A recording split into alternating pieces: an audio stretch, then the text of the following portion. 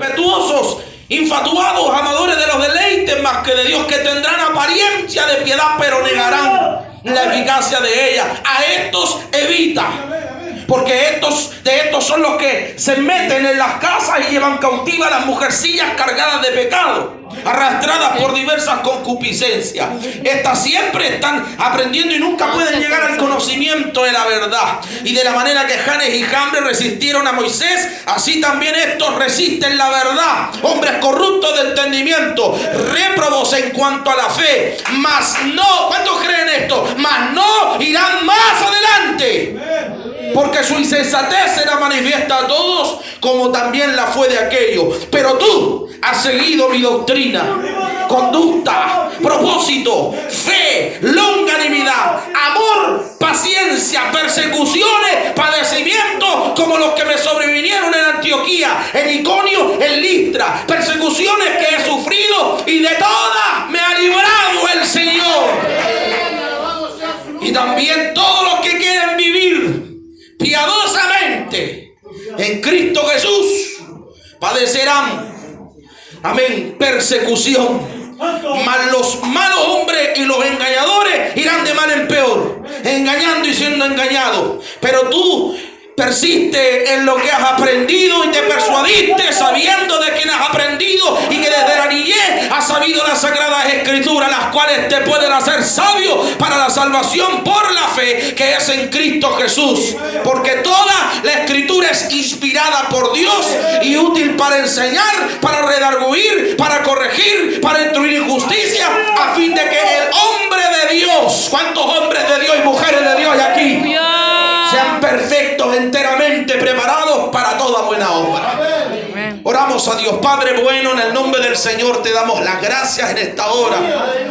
Antiguamente se decía: la mesa está servida, Señor, y estamos delante de tu alimento, Señor. Este pan que viene del cielo, este que viene de tu boca, Señor, ha sido preparado, Dios mío amado, desde el corazón del Altísimo, y hoy se pone delante de nosotros para bendecir nuestras vidas. Te ruego por esta palabra seamos ampliamente bendecidos. Te ruego que uses mi vida por amor a tu nombre. Bendice a tu pueblo mientras se predica. Haya bendición, haya restauración, haya liberación y haya salvación. Señor, los que están aquí en esta noche y están perdidos, que te conozcan a ti, que puedan conocerte, Señor amado. Toca los corazones, Espíritu Santo, seduce las vidas, Señor. Que haya un arrepentimiento genuino en cada uno de nosotros, para gloria tuya. Te lo ruego, te lo pido, en el nombre poderoso de nuestro Señor y Salvador Jesucristo. Amén y amén. La gloria es para el Señor. Gloria a Dios. Gloria a Dios.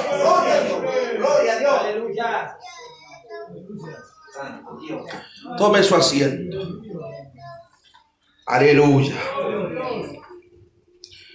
Hermano, este pasaje que hemos leído, la segunda carta que el apóstol Pablo le escribe al joven Timoteo, hermano, tiene un carácter profético. Amén. Al igual que la primera carta, en el capítulo 4, el apóstol Pablo, hermano, envía una profecía, o el Espíritu Santo lo inspira para escribir, ¿cierto?, lo que proféticamente iba a acontecer. El apóstol Pablo señala que esto va a suceder en los postreros días, ya, en los postreros tiempos. Ahora, escrituralmente los postreros tiempos comenzaron en el día del Pentecostés, ya que cuando Dios le habló al profeta Joel que en los postreros días, dijo Dios, derramaría de su espíritu sobre toda carne, ese día profético se cumplió el día del Pentecostés, el último día de la fiesta del Pentecostés. Y cuando cayó el Espíritu Santo, hermano, se dio inicio a lo que se conoce como los últimos tiempos. O sea que no es que ahora que ya pasamos el 2021, amén, o echamos el 2021, estamos en los últimos tiempos. Estamos en los últimos tiempos hace cualquier rato, hermano. Hace tiempo, hace años, ya van 2000 años, desde que comenzó el postrer tiempo, el último tiempo. Quiere decir, hermano, que no hay otro tiempo después de este para la salvación. Porque después del arrebatamiento de la iglesia, obviamente que hay, hermano amado, otra dispensación. Hay un tiempo, hermano, de manifestación de nuestro Señor Jesucristo de manera visible en el milenio, ¿cierto, amado? Hay una condenación pública también del anticristo y del falso profeta, junto al retorno glorioso, amén, y visible de nuestro Dios y Salvador Jesucristo, ¿cierto? Ese día precioso y maravilloso, cuando todo ojo le verá. Ese día que coloque sus pies sobre el monte de los Olivos. Ese día que Él rescate públicamente a la nación de Israel y destruya, amén, con el resplandor de su venida y con la espada de su boca aguda, destruya las naciones que se han levantado contra Él y sus santos. Ese día que la iglesia retorne con el Señor Jesús montando caballos blancos, 7 años después del arrebatamiento de la iglesia. Hermano, todavía hay mucho por avanzar, todavía hay mucho tiempo que viene por delante. Porque no creemos cuando algunos científicos dicen se va a acabar la tierra, o cuando la gente decía que hermano, el 2012 se iba a acabar el mundo. Lo que nosotros leemos en la Biblia, sabemos que el mundo no se va a acabar el 2012, porque a la humanidad todavía le queda mucho tiempo después del arrebatamiento de la iglesia. Alabado sea el nombre del Señor. Así que todos los que pregonan esas cosas no saben lo que dicen, se basan en una ciencia que no es exacta, porque lo único exacto, hermano amado, que tenemos hoy día es la palabra profética más segura, a la cual hacemos bien en estar atentos. Amén. Y no estoy diciendo que los científicos no sirven para nada, al contrario, ellos confirman con su ciencia lo que la Biblia ya ha dicho con anticipación. Bendito sea Dios. Gloria a Dios por eso, amén.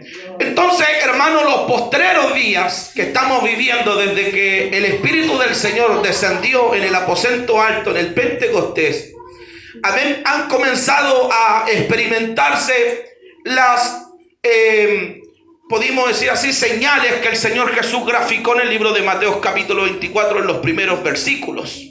Una persecución contra los escogidos, ¿ya? Un tiempo de lucha, de adversidad, tiempos de dolores, señaló el Señor Jesucristo. ¿Ah? Vendrían tiempos donde habría una persecución contra el pueblo del Señor. No, el Señor no habló de las señales de los terremotos como señalando que ese marcaba, porque algunos piensan que esas son las señales inevitables del retorno del Señor Jesucristo. Realmente, hermano, todas esas señales son, hermano amado, van a ser más evidentes en los días de la gran tribulación. Ahí sí que van a haber terremotos, ahí sí que de verdad, hermano, estas cuestiones que nosotros vemos hoy en día no son nada para lo que va a venir, hermano, los días de la gran tribulación. Ahí es donde literalmente libro de Mateo capítulo 24, Apocalipsis, hermano amado, se van a ver claramente reflejados, hermano. Ahí va a ser un tiempo de dolor sin igual, un tiempo de gran tribulación. Amén. Que no ha habido sobre la tierra ni la habrá.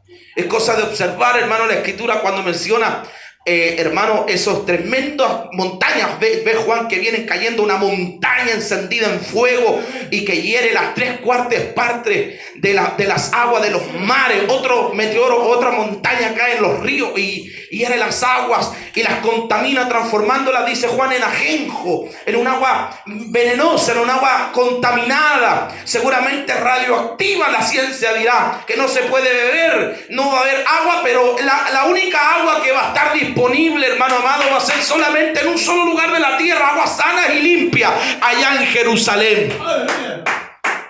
Que Dios nos ayude. Entonces, los dolores que estamos viviendo nosotros acá, las pestilencias, las guerras, los rumores, son principios de dolores, o sea, no es nada. ¿Ya?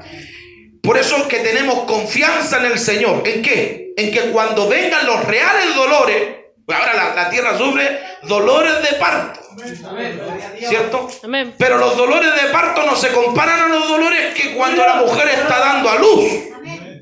Los dolores previos son el aviso, pero el verdadero dolor se experimenta en el momento, ¿cierto?, de dar a luz. Ahí realmente son los dolores. Que Dios nos ayude. Así que estamos en la previa. Lo que estamos viviendo, hermano amado, simplemente es una advertencia para la humanidad, para que la gente entienda que el tiempo se está terminando, que el tiempo se está acabando.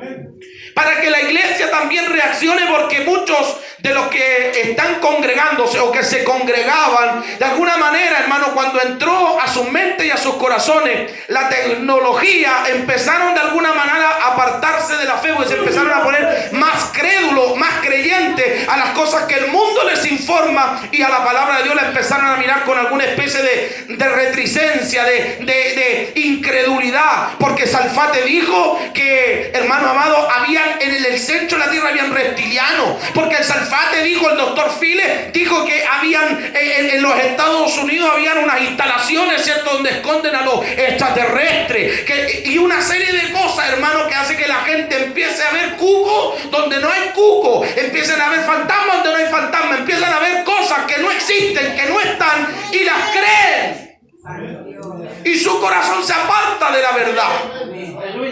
Que Dios nos ayude. Entonces, hermanos amados, la escritura a nosotros nos va informando, nos va guiando para que los verdaderos creyentes, para que la iglesia del Señor no se aparte de la fe. Por eso es que el apóstol Pablo, cuando escribe esta carta, él ya creía y confiaba que él iba también a experimentar el arrebatamiento de los muertos. Cuando le escribe a los tesalonicenses en el capítulo 4 de Primera de Tesalonicenses, él le informa a los hermanos que nosotros que vivimos, dice él, los que hayamos quedado hasta la venida del Señor, o sea que él pensaba, creía en su corazón que él iba a ser parte de los que iban a ser arrebatados a las nubes, ¿cierto?, en el día de la trompeta final, ¿cierto? Gloria a Dios para siempre. Iba a hacer un comentario, pero en realidad me iba a apartarme mucho del tema de las trompetas, porque la escritura lo voy a hacer igual, mire que bueno. Porque muchos andan diciendo por ahí que la final trompeta, a la final trompeta se refiere a la última trompeta de las 7 trompetas del Apocalipsis. Ve que hay siete sellos, hay 7 trompetas y hay 7 copas. Y entonces que el retorno del Señor Jesús sería durante la gran tribulación, al término de la última trompeta. Pero eso está equivocado y erróneo, porque la escritura menciona que el Señor mismo, con voz de mando, con voz de arcángel y con trompeta de Dios, no dice que son trompetas, es una sola trompeta. Amén. Esa trompeta se oirá y se tendrá tal poder esa trompeta que los muertos en Cristo resucitarán primero. Y luego nosotros los que quedamos, dijo el apóstol Pablo, seremos arrebatados juntamente con ellos en las nubes del cielo para recibir al Señor en el aire. Y entonces el apóstol Pablo creía que él también iba a ser parte de esa experiencia del arrebatamiento. Por eso que a los hermanos les escribió, a los hermanos de Tesalónica les escribió, para que ellos no tuvieran ese temor, para que ellos no tuvieran, hermano, ese miedo, creyendo, pensando que ellos se habían quedado, ¿ya? En la segunda carta de los tesalonicenses del capítulo 2, Pablo les vuelve a reiterar y dice, yo ya esto se los he recordado, ya se los he dicho antes, que el Señor no vendrá sin que antes se manifieste la apostasía. Antes que venga la apostasía y se manifieste el hombre de pecado, el hijo de perdición. Entonces, estos días también, hermano, a propósito, entro en un paréntesis otra vez, hubo una circulación a nivel mundial, ¿cierto?, de unos videos de Israel, ¿cierto?, de un grupo ortodoxo de judíos que están proclamando a un hombre llamado, ¿cierto?, Ben David, ¿ya?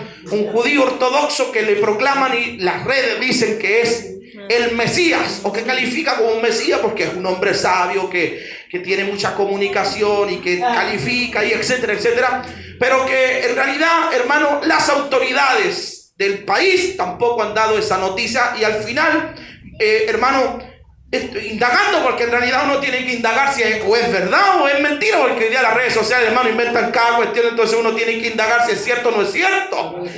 Bueno, indagando, hermano, hombres de Dios de alguna manera, con alguna autoridad, hermano, han declarado que eso es una noticia falsa, que no es una realidad, que las autoridades del Estado de Israel tampoco han declarado estas palabras. Autoridades serias han negado la información. Solamente es una información de una porción de un grupo de ultraortodoxos. No es el pensamiento de todo Israel, ¿ya? Que el Señor nos bendiga. Entonces, hermano, los postreros días, el tema que nos nos llama hoy.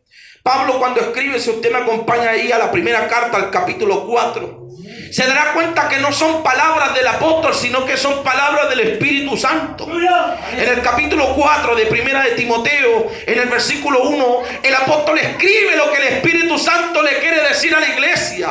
Y el Espíritu Santo le advierte a la iglesia en este tiempo final que en estos postreros días, en los postreros tiempos, algunos apostatarán de la fe. Y gracias a Dios que son algunos y no son todos, hermano amado. Debemos dar gracias a Dios que nosotros, hermanos, de alguna manera estamos en la verdad, estamos en la fe, no nos hemos apartado hacia la apostasía.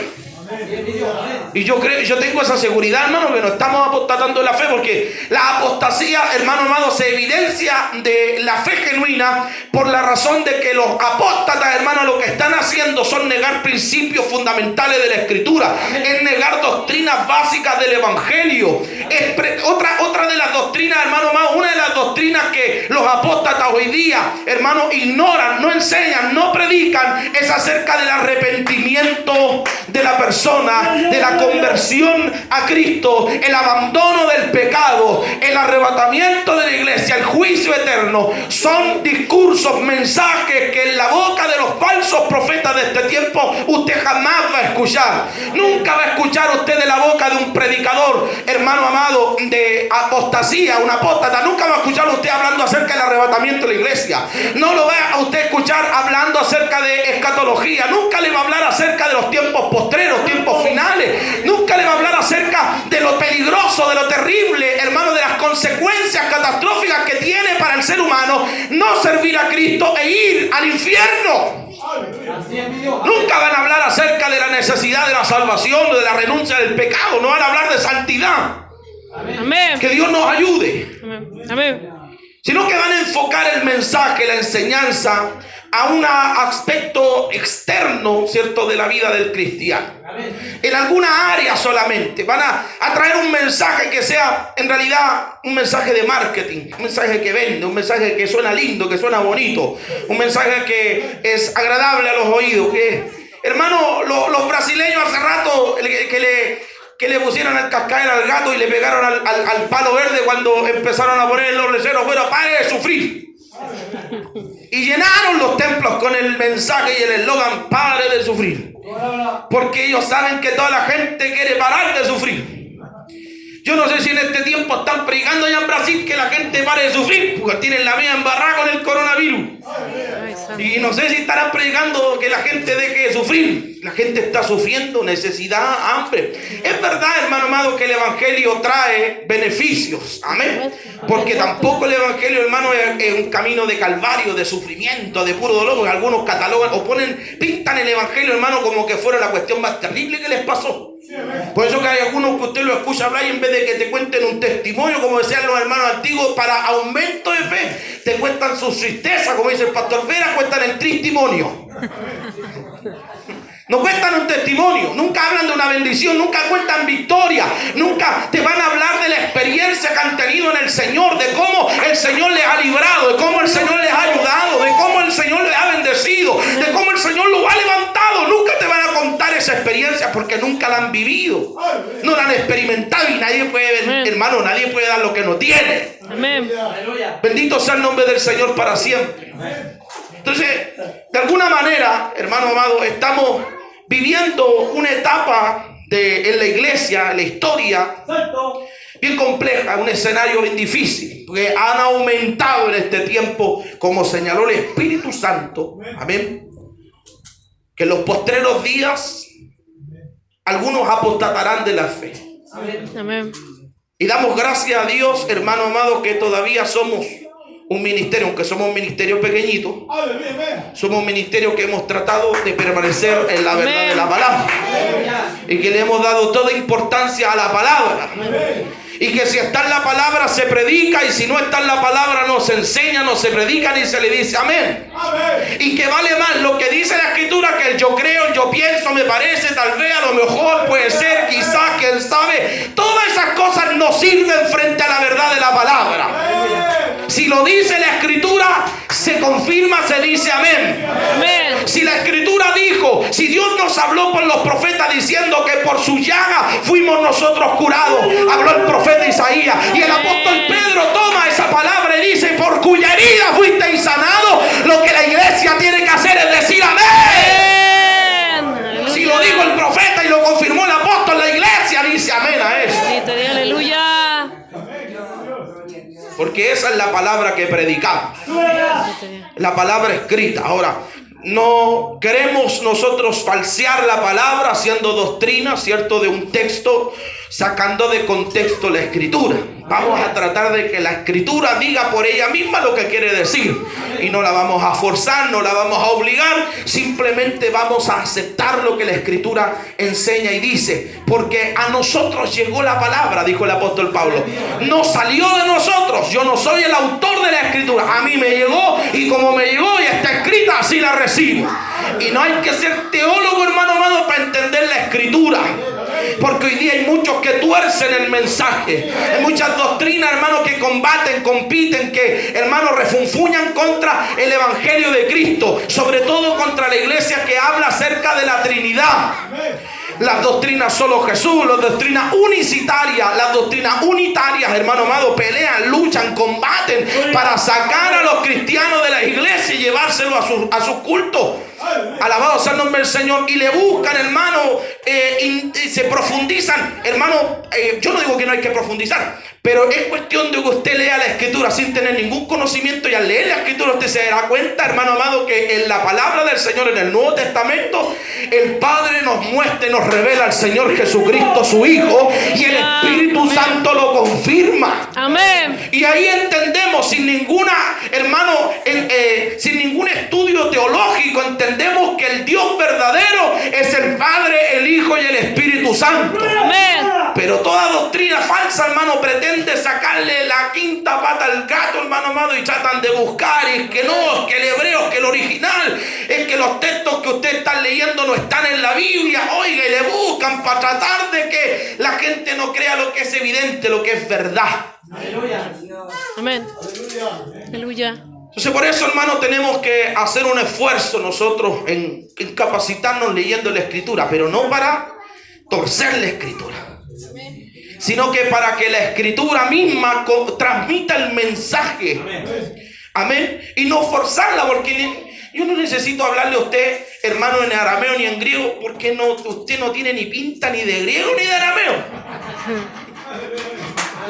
Y no creo que sepa ni griego ni arameo, así que no te voy a hablar en arameo ni en griego, porque tú no sabías hebreo ni arameo. Y a lo mejor yo te voy a decir, mira, es que los que la Biblia en hebreo dice Bereshit, y usted me dice, amén, amén, pero usted no tiene idea que si lo que yo le estoy diciendo es así. Yo tengo que hablarle en un lenguaje claro, en español. Y si vamos a Estados Unidos, vamos a hablar en inglés. Pero la escritura no la vamos a cambiar, el sentido del mensaje va a ser el mismo.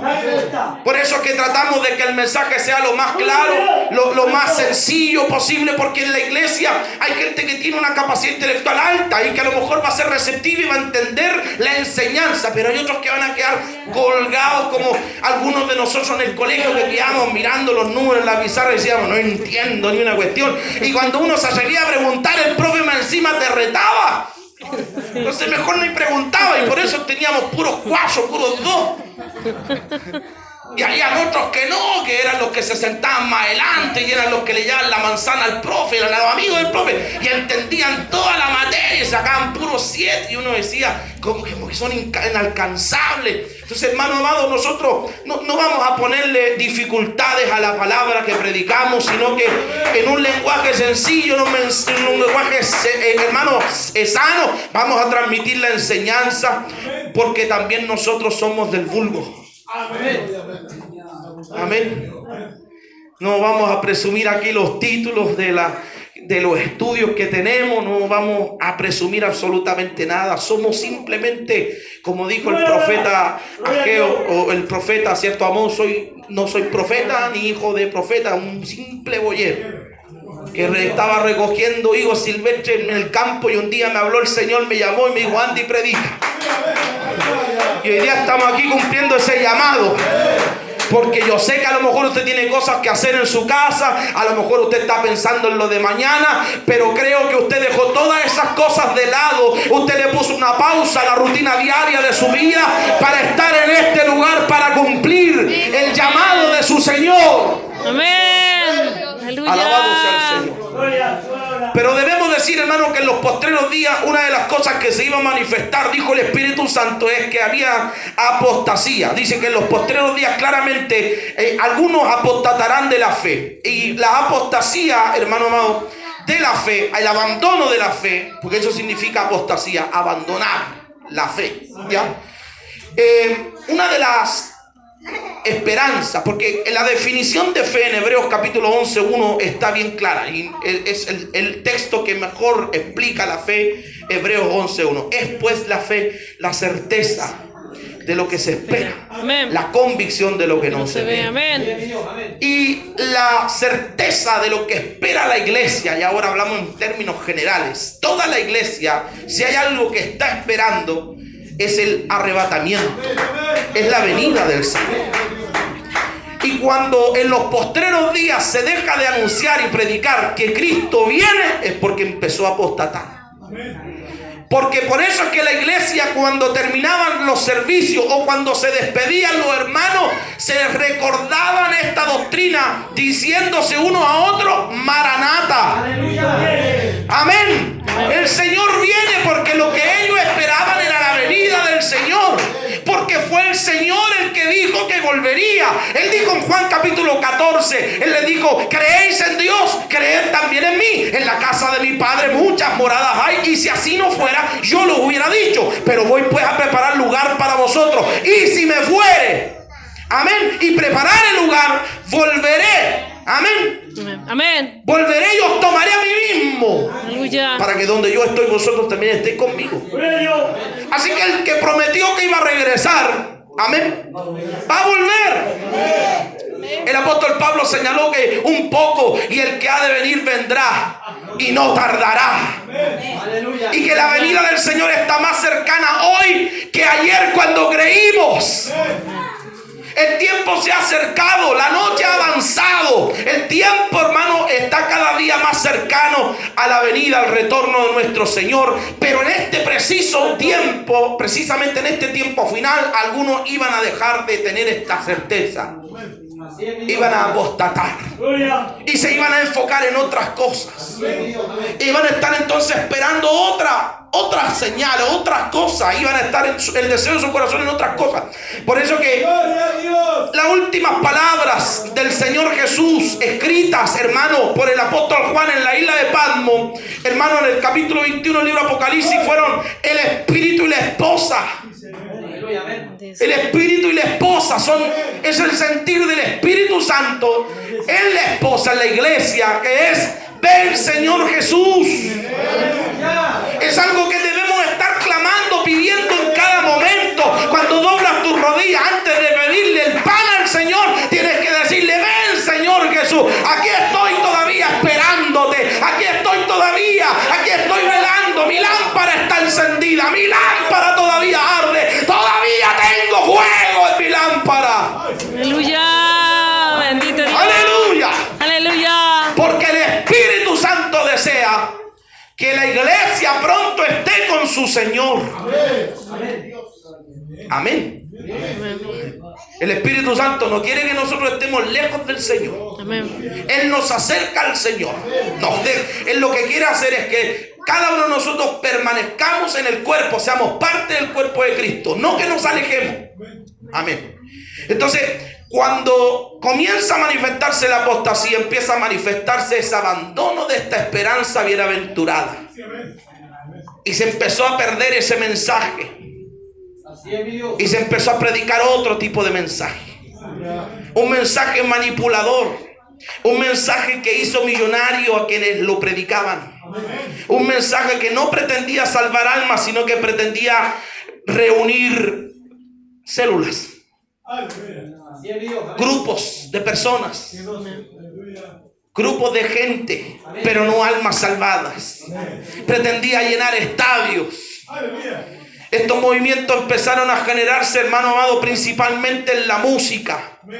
Predicadores que venían, cierto, y llenaban estadios en nuestro país y traían esa levadura mezclada con pan, alabado sea Dios, con masa, y la gente lo comía. Y todos los músicos querían ser artistas, cantantes, predicadores de estadios, llenar estadios, hacer conciertos, café concert, alabado sea el Señor, ser famoso, grabar un disco.